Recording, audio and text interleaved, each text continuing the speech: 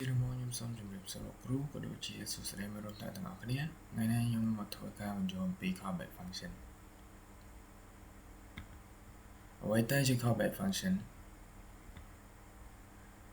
callback function នឹងគឺជា function មួយដែលត្រូវបានគេបញ្ជូនផាននៅក្នុង function មួយទៀតក្នុងនាមជា argument បរិមាណបន្ទាប់មកវាត្រូវបានគេហៅដំណើរការ involve execute នៅផ្នែកខាងក្នុងនៃ function ចម្បងនេះដើម្បីបញ្ចុះសកម្មភាពអ្វីមួយរបៀបដំណើរការជាទូទៅនៅក្នុងដំណើរការវាដំណើរការវេលាចុះក្រោមប៉ុន្តែជាមួយនឹង callback យើងកំពុងប្រាប់កម្មវិធីថាចូលដំណើរការងារធំសិនចាំពេលវាបញ្ចប់សំហៅមុខងារបន្ទាប់មកដំណើរការម្ដងហើយអ្វីបានជាយើងត្រូវការវា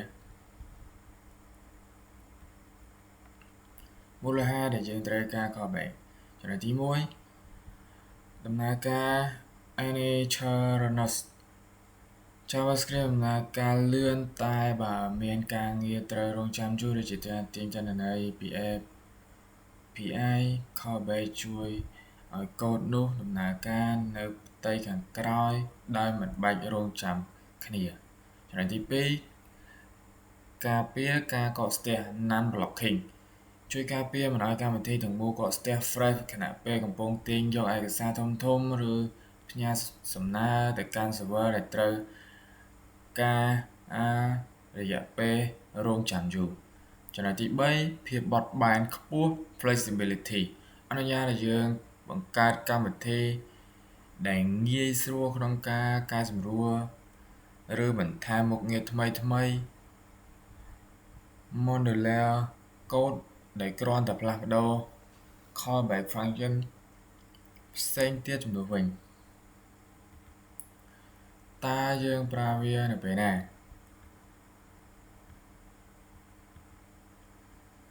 ករណីយើងប្រើប្រាស់វាហ្នឹងចំណុចទី1 evaluationer ការចាប់យកសកម្មភាពរបស់អ្នកប្រើប្រាស់ដើម្បីឆ្លើយតបនឹងការចុចប៊ូតុង click ការវាយអក្សរ keyphrase ឬការអោសទំព័រ scroll ចំណុចទី2 timer ការមុខងារកំណត់ពេលវេលាប្រើប្រាស់ជាមួយនឹងមុខងារស្រាប់របស់ JavaScript ដូចជា set timeout ស្របរយៈពេលនិង set interval សម្រាប់ដំណើរការឡើងវិញជាប្រចាំចំណុចទី3 network API request ទាញទិន្នន័យពី server ប្រើប្រាស់នៅពេលផ្ញើសំណើ fix ទៅកាន់ API ដើម្បីចាត់ចែងទិន្នន័យដែលទទួលបានត្រឡប់មកវិញចំណុចទី4 analyze manipulation ការចាត់ចែងទិន្នន័យជាក្រុមប្រើជាមួយ JavaScript array method ដូចជា map filter for x ដើម្បីកែច្នៃទិន្នន័យក្នុង array មួយ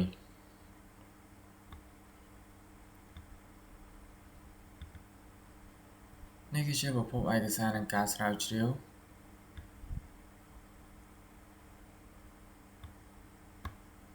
ចឹងចំណុចរបស់ខ្ញុំមានតែប៉ុណ្្នឹងទេអរគុណលោកគ្រូ